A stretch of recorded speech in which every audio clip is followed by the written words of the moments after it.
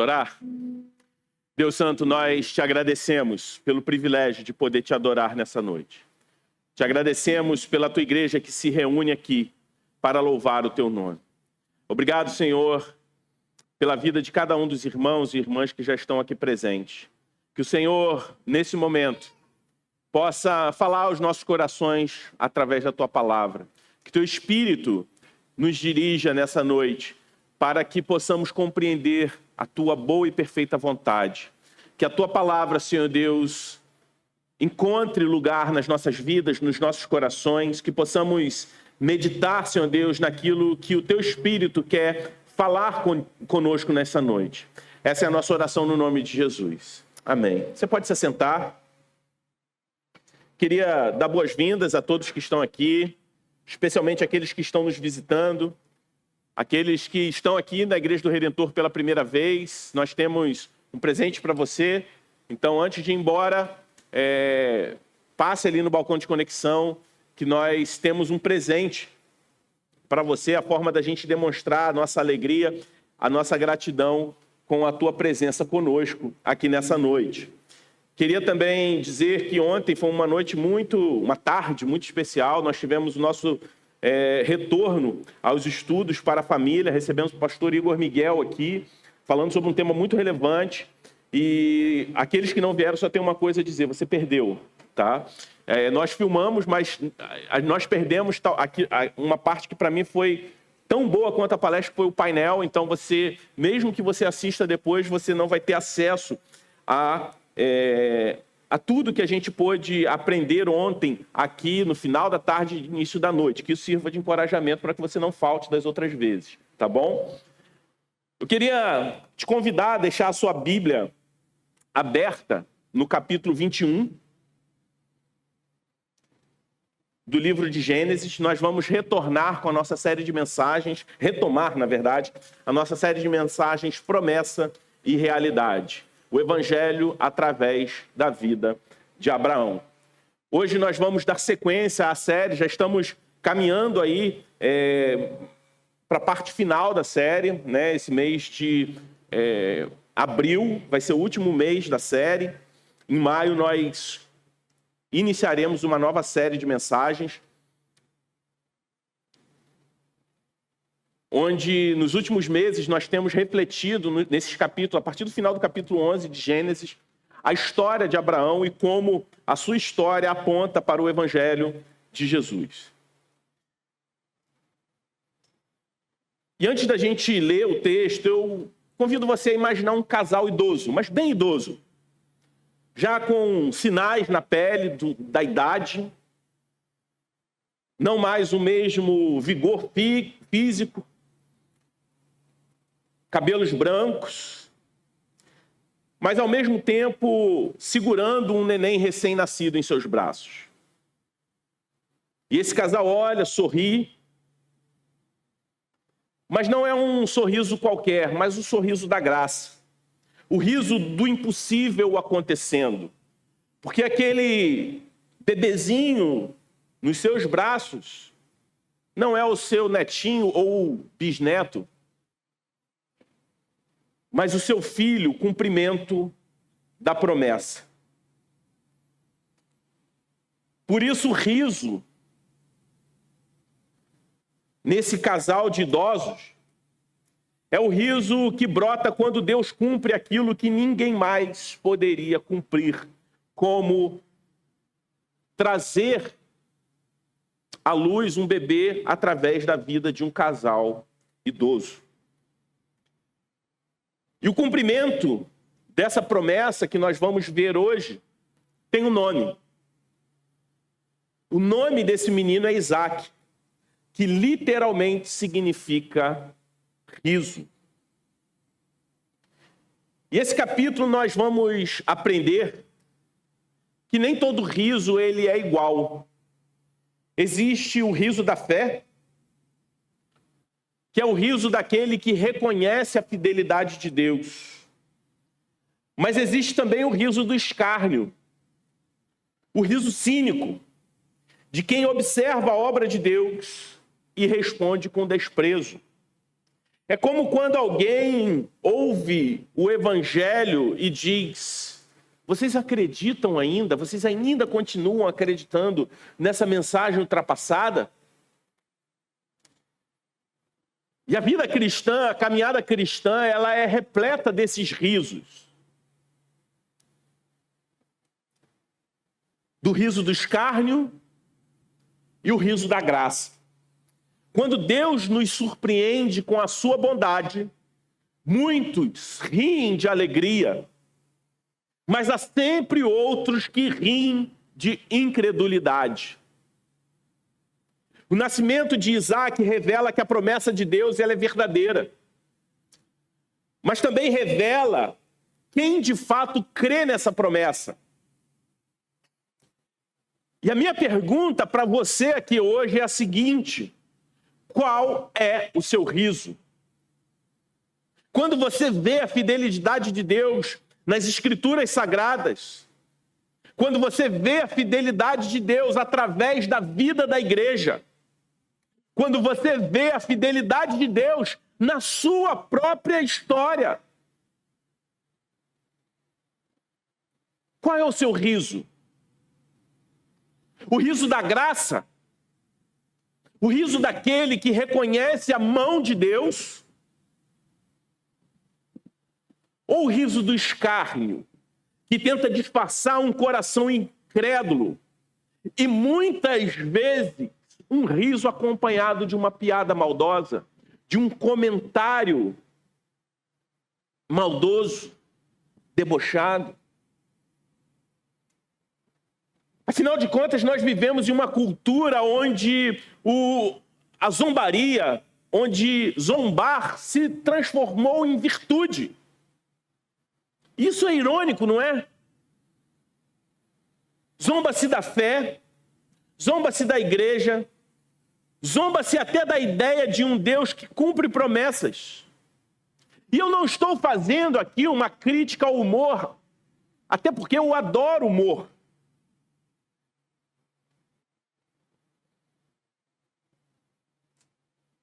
Não há nada mais chato do que pessoa mal-humorada. E não há nada melhor do que a companhia de pessoas bem-humoradas, divertidas. Eu procuro me cercar de pessoas assim. Você me conhece, anda comigo, e se você conhece os meus amigos, você vai saber que são pessoas bem-humoradas. O problema não é o humor, até porque foi Deus que inventou o riso. O problema é quando o riso se transforma em uma muralha para não crer. Quando o riso é um sinal de incredulidade. Quando o riso é o riso da zombaria. O riso da incredulidade, do ceticismo. E esse capítulo de Gênesis não é apenas sobre um nascimento improvável. O capítulo 21 de Gênesis é um retrato da fidelidade de Deus. O capítulo 21 de Gênesis é uma pergunta direta ao nosso coração, que pergunta para nós: como você responde à fidelidade de Deus? Com fé ou com escárnio? Por isso eu te convido a ler os 7 primeiros versículos de Gênesis 21. Gênesis 21, de 1 a 7. São os 7 primeiros versículos do capítulo que fala sobre as promessas de Deus que não param, que não fracassam, que não falham, mas permanecem. Gênesis 21, 1 diz assim: o Senhor visitou Sara, como tinha dito, e cumpriu o que lhe havia prometido. Sara ficou grávida e deu à luz um filho a Abraão na sua velhice, no tempo determinado de que Deus lhe havia falado. Ao filho que lhe nasceu, que Sara lhe deu à luz, Abraão deu o nome de Isaque. Abraão circuncidou o seu filho Isaque quando ele tinha 8 dias, segundo Deus lhe havia ordenado. Abraão tinha 100 anos quando lhe nasceu Isaque, seu filho. E Sara disse: Deus me deu motivo de riso. E todo aquele que ouvir isso vai rir comigo. E acrescentou: quem diria a Abraão que Sara ainda amamentaria um filho? Pois na sua velhice lhe dei um filho. Aqui nós vemos, nesses 7 primeiros versículos, o cumprimento da promessa de Deus. É interessante que logo no primeiro versículo, a palavra de Deus diz que o Senhor visitou Sara, como havia dito.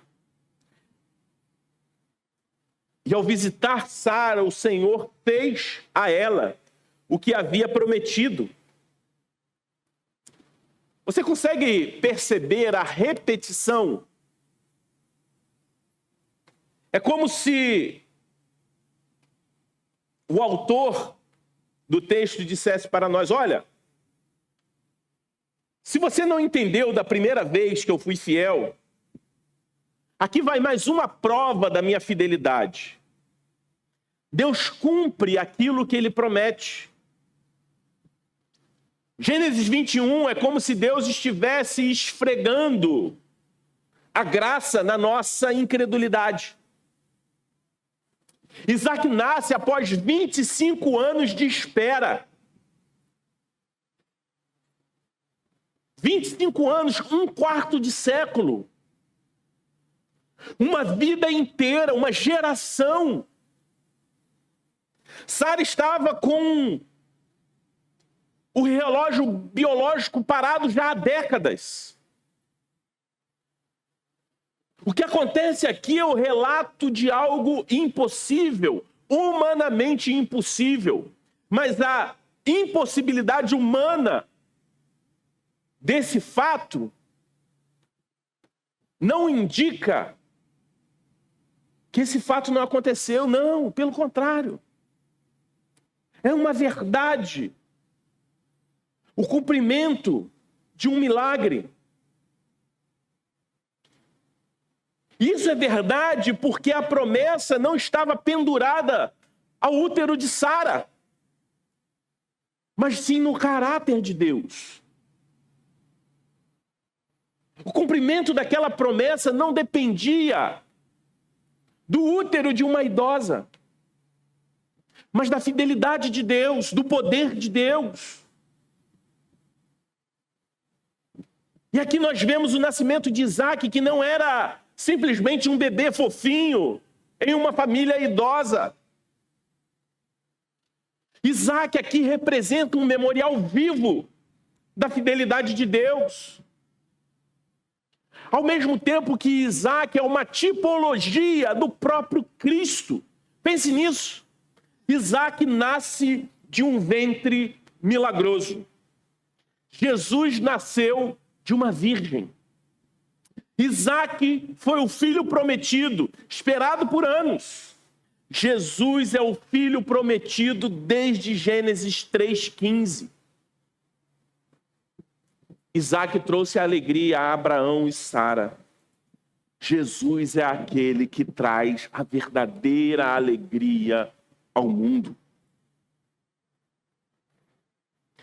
A ironia é que, para o mundo ao redor, o nascimento de Isaque, além do fato de nascer, fora o fato de ter nascido de um casal idoso, todo o restante era insignificante.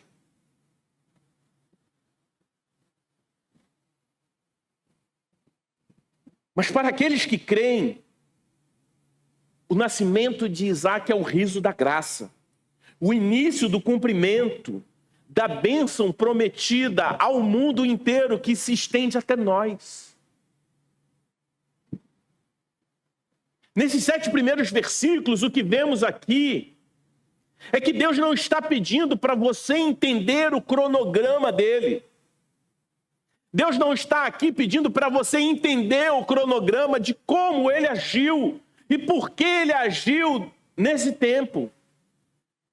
O que Deus está nos dizendo aqui nesses 7 primeiros versículos é que Ele está nos dizendo que nós devemos confiar. Quantos de nós já começamos um projeto, um ministério, uma caminhada de fé com entusiasmo, mas depois de anos de espera, nós começamos a duvidar? Gênesis 21 diz que Deus sempre cumpre aquilo que Ele promete. Só que o cumprimento dessa promessa nem sempre vai estar alinhada no tempo que nós esperamos que aquilo aconteça. Porque Ele sempre vai cumprir no tempo dEle. E o tempo de Deus, para o nosso coração incrédulo, tem um jeito incômodo de parecer tardio. Não é verdade? Para o nosso coração ansioso, o tempo de Deus tem um jeito incômodo de parecer atrasado.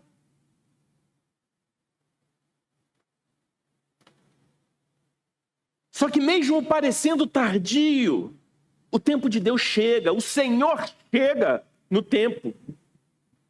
E depois que Ele chega e cumpre, o que a gente percebe? Que Ele chegou no tempo exato. Você já passou por situações assim? De você esperar algo da parte de Deus. E o seu coração ansioso levar você a pensar que Deus está demorando. E quando Ele age, você percebe que Ele agiu, Ele não demorou, mas Ele agiu no tempo certo. Se Ele agisse no tempo que você queria, não teria acontecido da forma boa e perfeita como Ele fez. Por isso eu te pergunto, você está esperando alguma coisa da parte de Deus que parece impossível? Ou você está tentando ajudar a Deus com soluções humanas, porque você acha que Ele está atrasado? Você já parou para pensar nisso? Gostaria de dar sequência ao texto, no versículo 8, quando a palavra de Deus diz assim: Isaque cresceu e foi desmamado. Nesse dia em que o menino foi desmamado, Abraão deu um grande banquete. Sara viu que o filho que Agar, a egípcia, teve com Abraão, estava zombando de Isaque. Então Sara disse a Abraão: mande embora essa escrava e o filho dela, porque o filho dessa escrava não será herdeiro com meu filho Isaque. Abraão ficou muito incomodado com isso e por causa do seu filho. Mas Deus disse a Abraão: não fique incomodado por causa do menino e por causa da escrava. Faça tudo o que Sara disser, porque por meio de Isaque será chamada a sua descendência. Mas também do filho da escrava farei uma grande nação, porque ele é seu descendente. Na manhã seguinte, Abraão levantou-se de madrugada, pegou o pão e um odre de água, pôs tudo sobre as costas de Agar, deu-lhe o menino e a despediu. Ela saiu andando sem rumo pelo deserto de Berseba. Aqui nós vemos os dois risos, o de fé ou de escárnio. Nós vemos a alegria que Isaque traz e o conflito que esse retrato da graça traz para aqueles que escarnecem da fidelidade de Deus. Você já parou para perceber como a presença da graça de Deus pode incomodar a muitos? Você já parou para perceber isso? A graça de Deus, ela expõe, ela revela, ela irrita. Quando Deus começa a agir de forma poderosa na vida de alguém, isso não produz neutralidade. Ninguém fica indiferente à ação da graça de Deus. Para alguns, a graça de Deus produz uma alegria profunda, indescritível. Mas para outros, ela produz escárnio. O texto diz que Ismael zombava de Isaque, como está no versículo 9. A palavra hebraica sugere mais do que uma brincadeira entre irmãos, uma zoação entre irmãos. Mas a palavra traz o significado de um escárnio carregado de desprezo pelo outro, de menosprezo, de rejeição.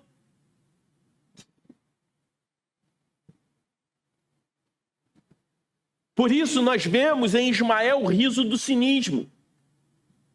O riso de quem vê a obra de Deus, mas não quer se curvar a ela, resiste a ela.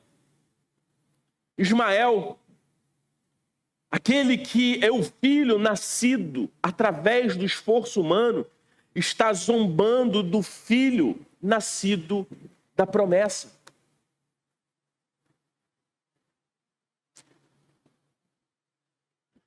E essa parte do texto nos traz uma verdade muito importante. É que a graça de Deus sempre incomoda o mérito próprio, a justiça própria. Quem confia em si mesmo não suporta ver alguém sendo abençoado puramente pela misericórdia de Deus, não é verdade? Quantas vezes o nosso espírito, a nossa carne legalista,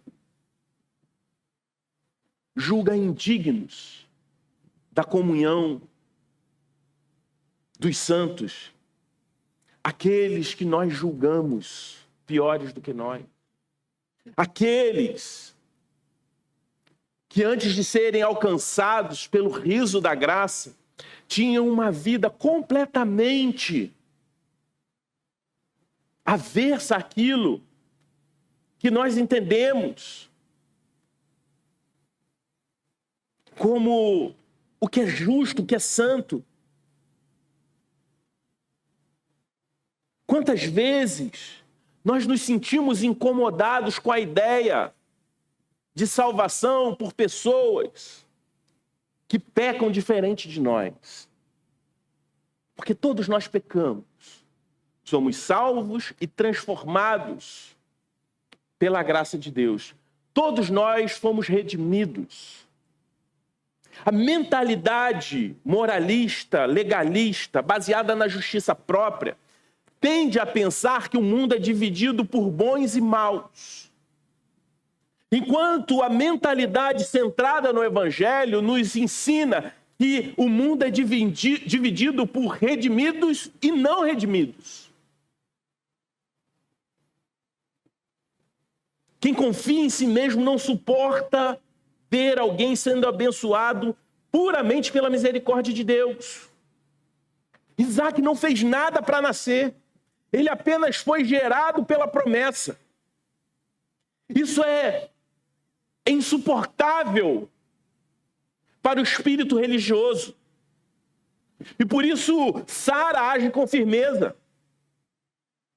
E diz: Agar e Ismael precisam sair, precisam partir daqui. Isso parece duro, parece injusto. Mas como o apóstolo Paulo explica lá em Gálatas 4, isso é uma ilustração viva da incompatibilidade entre o evangelho da graça e a religião do esforço humano. Os dois não podem herdar juntos a promessa. A promessa não divide espaço com a justiça própria. É como tentar misturar óleo e água.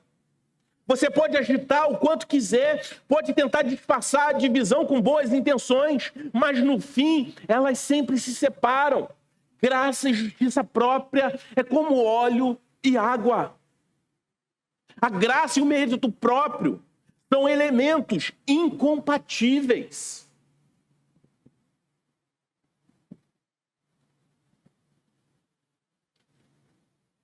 Por mais virtuoso, por mais virtude que possa haver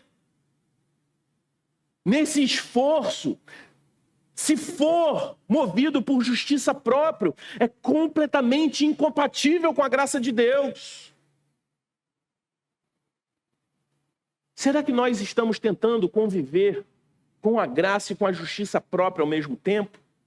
Será que no nosso coração nós não temos um pouco de Isaac, um pouco de Ismael? Um pouco da graça, da promessa, representada em Isaac, mas o senso de justiça própria, de mérito, representado por Ismael, esforço humano. Será que nós não temos cultivado um pouco de cruz e um pouco de desempenho? A salvação não é cruz e mais alguma coisa, não é Jesus e mais o que eu faço. Será que no seu coração você não tem desenvolvido a mentalidade, Deus é gracioso, mas eu preciso me esforçar para ser digno, para ser merecedor? Talvez você pense, eu creio no Evangelho, mas eu preciso manter a minha imagem.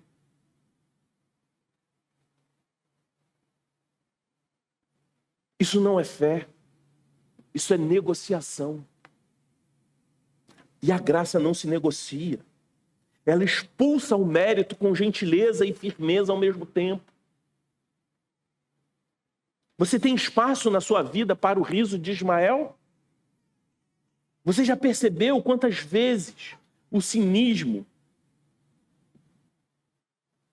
não é inteligência espiritual, mas apenas uma forma refinada de incredulidade? Voltando para o texto, eu gostaria de ler com vocês agora a partir do versículo 15.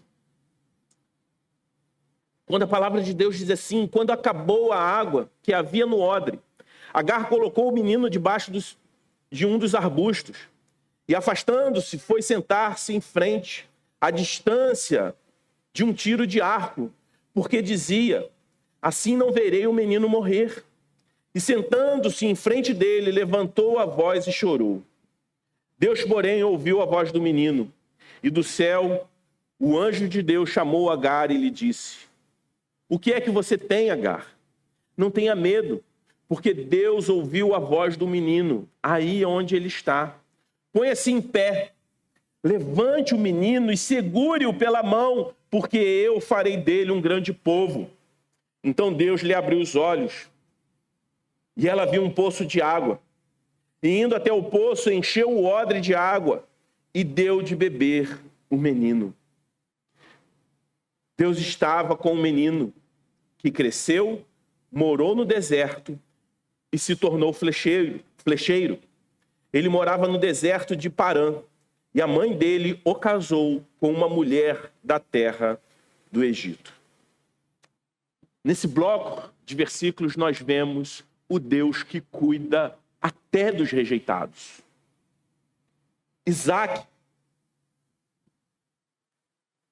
Ismael, diferente de Isaac, não era parte da aliança.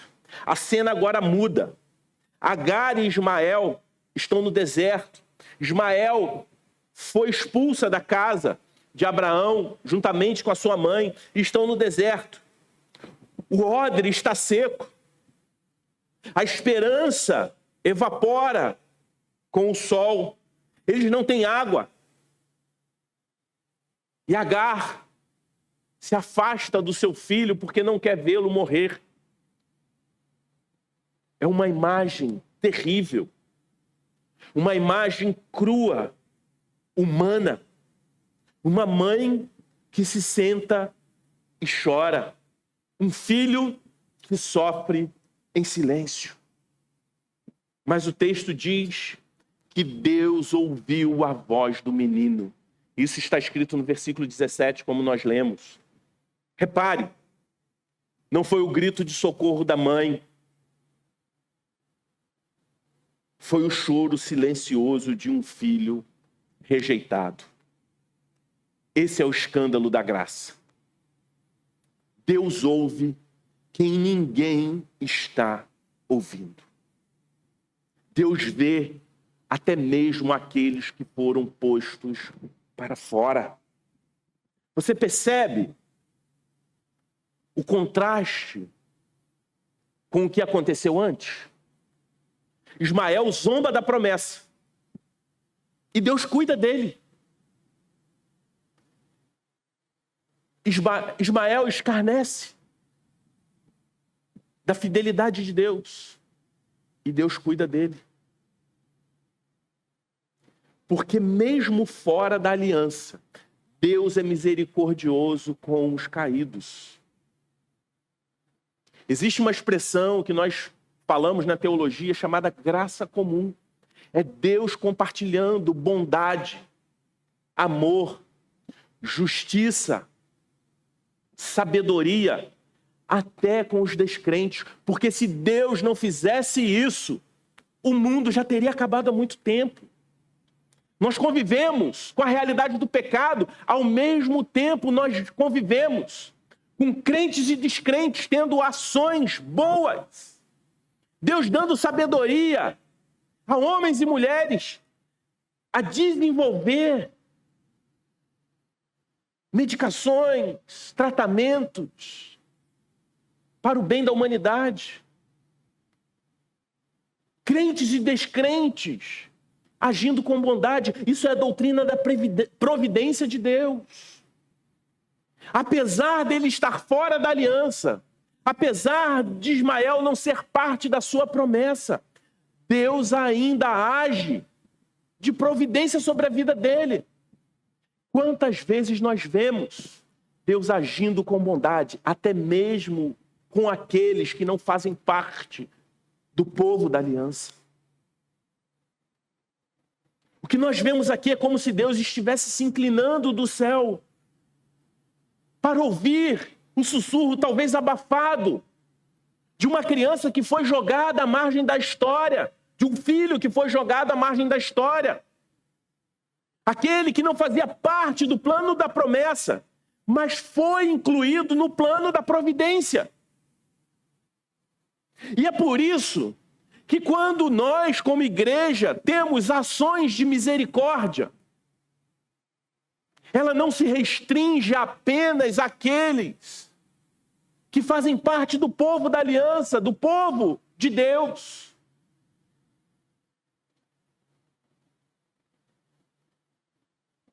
Embora haja um mandamento expresso da parte de Deus para fazermos o bem, especialmente da família da fé, esse mandamento não exclui os de fora, porque o Deus que nós servimos é um Deus que age de providência para com todos. A ação de Deus sobre a vida de Ismael, preservando a vida dele, cuidando dele, apesar dele escarnecer da graça, apesar dele escarnecer da promessa de Deus, apesar dele não fazer parte da aliança de Deus, deve modelar a nossa ação como igreja para aqueles que estão à margem na nossa sociedade.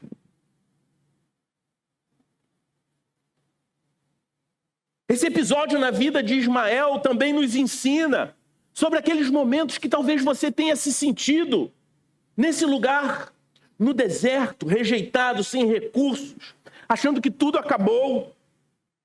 Talvez essa seja a situação da sua vida hoje. Talvez você tenha caminhado até aqui, tentando desenvolver a sua vida através do esforço próprio. E agora você se vê esgotado, seco como aquele odre, sem água, seco.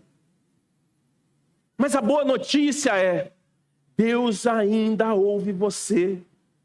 Mesmo se você estiver num deserto de pecado, no deserto da solidão, do fracasso, a graça de Deus, ela pode abrir os seus olhos. Só que o texto também nos dá um alerta. Ismael, ele é cuidado, mas segue outro caminho. Ele cresce, ele sobrevive e até mesmo prospera. Mas espiritualmente ele permanece longe. Você já viu quantas vezes nós agimos ou vemos o povo de Deus agindo exatamente de forma contrária? vai distribuir uma cesta básica e fala assim, mas você está vindo na igreja? Se não estiver vindo na igreja, não vai receber cesta básica. Você vai dar a cesta básica, você vai dar uma ajuda, mas condiciona isso. Deus, além de todo poderoso, Ele sabe de todas as coisas e Ele sabia disso. E Ele não encolheu a mão para cuidar de Ismael. Mas isso também serve para nós como um alerta. Uma coisa não tem nada a ver com a outra. Apesar de cuidado, apesar de sobreviver, apesar de crescer e até mesmo prosperar, espiritualmente ele permanece longe. Às vezes o pior juízo de Deus não é a tragédia, mas o sucesso sem a presença dele. O texto diz que Ismael se tornou flecheiro. Ele aprendeu a sobreviver por si mesmo. E muitos hoje fazem o mesmo. Aprendem a viver e a prosperar, mas distante de Deus. Prosperam, crescem, mas permanecem distantes de Deus. Como está a sua vida hoje? Você está sobrevivendo espiritualmente? Ou está vivendo pela promessa de Deus? Você tem buscado só um poço de água? Ou você tem buscado aquilo que Deus pode falar para você, o que você pode ouvir do céu através da palavra do Senhor? Nos versículos seguintes nós vemos como a vida ela é transformada, como a promessa transforma a nossa vida. Por isso eu te convido a acompanhar a leitura do verso 22 ao 34, que diz assim. Gênesis 21, de 22 a 34. Por esse tempo, Abimeleque e Ficol, comandante do seu exército, disseram a Abraão: Deus está com você em tudo que você faz. Portanto, aqui neste lugar, jure por Deus que você não enganará a mim, nem a meu filho, nem a meu neto, e que tratará a mim e a terra em que você tem morado com a mesma bondade com que eu tratei você. Abraão respondeu: eu juro. Mas Abraão repreendeu Abimeleque por causa de um poço de água que os servos deste haviam tomado à força. Abimeleque disse: não sei quem fez isso. Além do mais, você nunca me falou nada. E eu não tinha ouvido nada a respeito, a não ser hoje. Então Abraão pegou ovelhas e bois e os deu a Abimeleque. E os dois fizeram uma aliança. Abraão pôs à parte 7 cordeiras do rebanho. Abimeleque perguntou a Abraão: o que significa as 7 cordeiras que você pôs à parte? Abraão respondeu: você receberá das minhas mãos as 7 cordeiras, para que me sirvam de testemunha de que eu cavei este poço. Por isso, aquele lugar foi chamado de Beresba, porque ali os dois fizeram um juramento. Assim fizeram uma aliança em Beresba. Depois Abimeleque e Ficol, comandante do seu exército, voltaram para a terra dos filisteus. Abraão plantou uma tamareira em Beresba e invocou ali o nome do Senhor, o Deus eterno. Por muito tempo, Abraão morou na terra dos filisteus.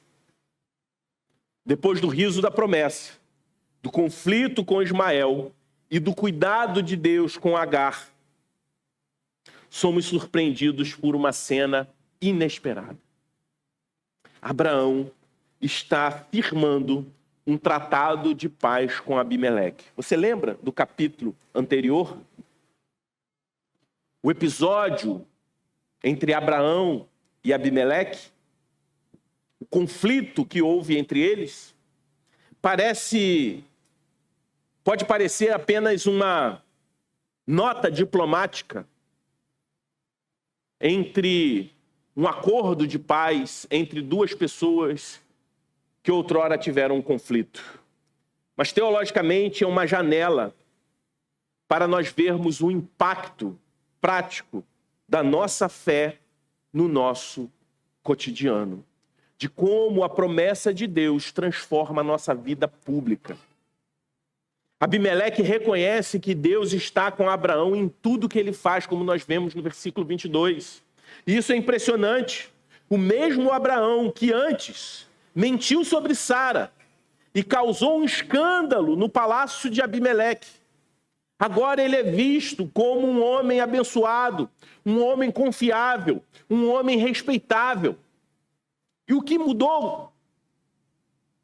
O que havia de diferente em Abraão? A promessa de Deus havia se cumprido na vida dele. O nascimento de Isaque transformou não somente a vida interior de Abraão, mas a sua postura diante do mundo, diante dos homens. A fé verdadeira não se limita ao nosso interior, não se limita à nossa agenda de domingo que a gente passa aí na igreja e cantar canções para Deus. Ela alcança a praça pública, a forma como a gente se relaciona, os nossos acordos, os poços, os vizinhos. É como se a promessa fosse uma semente plantada no coração de Abraão e agora nós vemos os frutos começando a aparecer nas suas atitudes, nas suas palavras, em seus relacionamentos. A fé que justifica é a fé que transforma. É a mesma fé. Abraão, no final do capítulo, ele planta uma tamareira e invoca o nome do Senhor, o Deus eterno, como nós vemos no versículo 33, no final do capítulo. Ou seja, é como se Abraão estivesse dizendo: este Deus que cumpre promessas também é o Senhor da minha terra, também é o Senhor do meu trabalho, também é o Senhor dos meus tratados, a forma como eu faço negócios. A fé e a vida pública não estão em compartimentos separados, eles estão integrados. A fé e o seu trabalho não estão em compartimentos separados. A fé e o seu casamento não estão em compartimentos separados. A fé e a forma como você trata os seus empregados não estão em compartimentos separados. A fé e a forma como você se relaciona no seu condomínio não estão em compartimentos separados. Depois que Deus cumpre as suas promessas em você, o mundo precisa ver isso. Isso precisa estar nítido na sua vida, no seu trabalho. Você age com integridade porque conhece o Deus que cumpre promessas. Nos seus relacionamentos, você perdoa porque já foi alcançado pela graça de Deus. Nos seus acordos, nas suas decisões, você age porque você foi alcançado pela graça de Deus, porque crê que Deus governa todas as coisas. E Ele não está alheio, Ele não está distante dos seus negócios, dos seus relacionamentos. Por isso eu te pergunto, o que a sua vida pública diz sobre a sua fé? Como você é conhecido na sua vizinhança? Será que os Abimeleques ao seu redor olham para você e dizem: vejo que Deus está com aquela pessoa em tudo que ela faz. Mesmo que essa pessoa que diz isso não creia, escarneça e nem mesmo goste do Deus que você serve. Ou será que a sua fé só aparece no domingo, no culto, e se esconde no seu dia a dia? A fé que ri com a alegria da promessa de Deus também caminha com a responsabilidade no mundo, com a responsabilidade de testemunhar ao Deus da promessa no mundo, confiando que Deus, o Deus que cumpre as promessas, é o Deus que sustenta o amanhã. Por isso eu gostaria de caminhar para a conclusão te perguntando: qual é o seu riso? Gênesis 21 nos apresenta 2 risos que apontam para 2 caminhos. O riso de Sara, que brota da alegria de ver a fidelidade de Deus. Mas nos mostra também o riso de Ismael, que nasce da incredulidade disfarçada de piada, de zombaria. Um é o riso da fé, o outro, o riso do escárnio. Um é a resposta da graça, o outro é a resistência à graça. E isso traz para nós essa pergunta inevitável: qual é o seu riso? Isaac nasceu, a promessa se cumpriu, e a casa de Abraão foi dividida, porque a promessa de Deus tem esse efeito: ela separa o mérito da graça, o orgulho da dependência, a autoconfiança da fé, o orgulho e a humildade. E por mais desconsiderável que isso seja, por mais que isso traga desconforto, por mais que muitos desconsiderem a graça de Deus, a promessa de Deus, por mais que isso nos tire da zona de conforto, ninguém pode herdar as bênçãos de Deus tentando manter os 2 mundos ao mesmo tempo: justiça própria, escárnio e graça. Você pode viver como Ismael. O que você não pode é viver como Ismael e esperar o destino de Isaac. Você não pode rir com escárnio e colher alegria. Você não pode confiar na sua justiça e esperar a liberdade dos filhos da promessa. A boa notícia é que há um outro filho, há um outro Isaac melhor e verdadeiro, que também nasceu de forma milagrosa: Jesus Cristo, o verdadeiro filho da promessa. Ele não apenas nasceu contra as probabilidades, ele morreu pelos nossos pecados e ressuscitou para garantir que as promessas de Deus sobre nós não falham. Você já se alegrou com Jesus? Ou apenas sorriu com o canto da boca, como quem diz: legal essa história aí sobre Jesus, mas não é para mim? Você já se alegrou de fato? Você tem se alegrado em Deus? Você descansa na promessa de Deus ou vive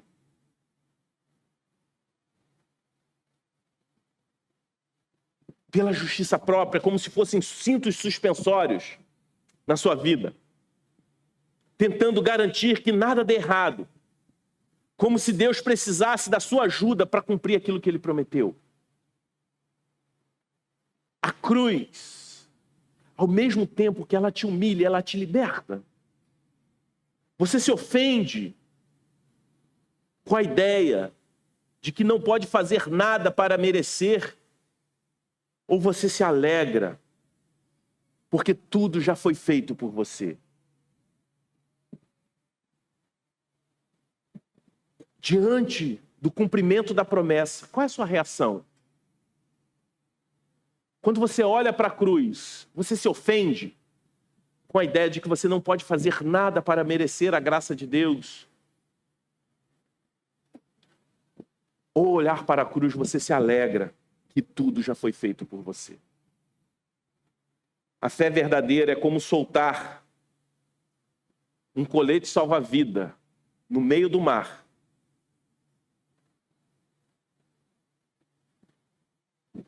A grande questão é que esse colete que você mesmo inflou, ele está furado. Porque ele não é capaz de sustentar. Você inflou. A justiça própria é assim, é como você pular no mar, você mesmo inflar o colete. E quando você está lá, você percebe que aquele colete está furado. Mesmo que você tenha gastado todo o seu fôlego para inflar aquele colete. Mas a graça é confiar na cruz. É confiar que algo que você não se esforçou vai garantir que você continue salvo. Chegou a hora de parar de rir como Ismael e começar a rir como Sara.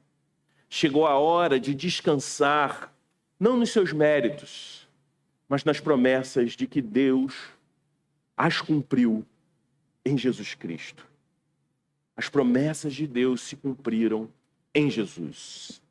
Afinal, o riso da fé, o riso da graça, é apenas o começo da verdadeira alegria. É ele que começa quando você reconhece. É a alegria que começa quando nós reconhecemos que o filho da promessa já veio e esse filho da promessa está vivo. E é por causa disso que eu e você estamos aqui nessa noite. Você pode confiar nisso e dizer um amém? Amém. Vamos nos colocar de pé. Vamos orar. Deus Santo, nós te agradecemos. Porque um dia o Senhor sorriu para nós. A graça sorriu para nós e nos alcançou. Que Gênesis 21 nos ajude, Senhor, a não cedermos à tentação de confiar na justiça própria e descansar na tua graça. Se há pessoas aqui que até esse momento da sua vida têm se cansado, se fadigado, porque correm, porque insistem em confiar na sua própria justiça, no seu próprio desempenho, que eles possam sorrir para a graça de Deus, que eles possam sorrir para a obra do teu Filho e descansar nela. E em resposta a essa graça, eles possam também olhar para os versículos finais e entender que o cumprimento da promessa tem um impacto direto na nossa vida pública, na forma como a gente se relaciona, na forma como a gente vive a nossa vida, a nossa família, os nossos negócios, na forma como nós testemunhamos aquilo que o Senhor fez por nós. Que o Senhor nos ajude a cada dia a viver de acordo com o fato de que a graça de Deus sorriu para nós. Essa é a nossa oração no nome de Jesus. Amém. Amém. Agora, enquanto nós adoramos o Senhor,